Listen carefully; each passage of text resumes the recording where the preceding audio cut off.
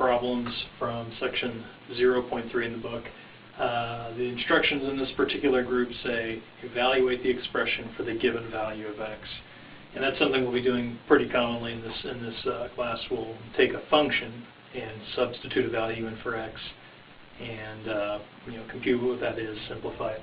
So there's a couple here where we need to practice the rules of exponents in order to evaluate the function. So the first one here, number 4, asks us to evaluate 7 times x to the power negative 2 when x is equal to 5. So first thing we do is just say that that's equal to 7 times 5 to the power negative 2. Okay.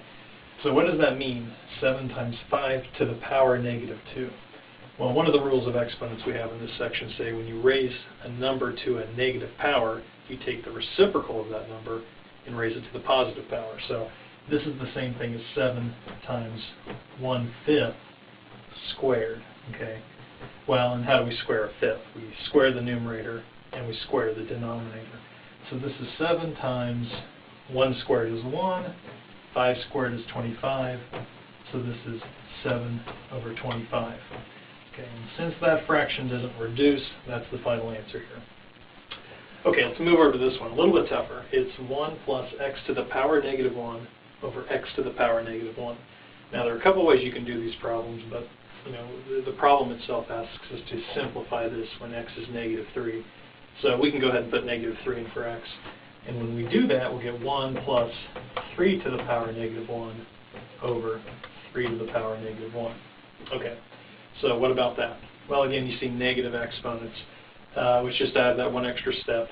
This is going to be 1 plus, now 3 to the power negative 1 is 1 over 3 to the power 1.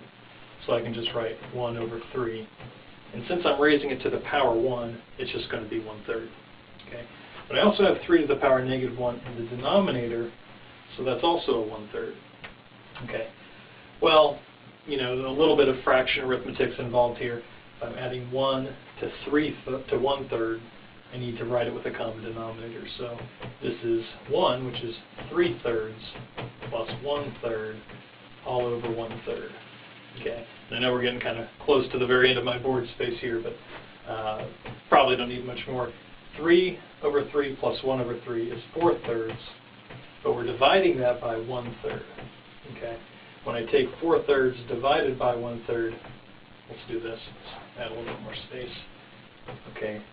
Well, then we're dividing fractions, and you have to remember when you do that, you take the numerator fraction and multiply it by the reciprocal of the denominator. Okay. So that's 4/3 times 3 over 1. Those 3's cancel, and I get 4 over 1, which is 4. Okay, and of course 4 doesn't simplify, so we're done now.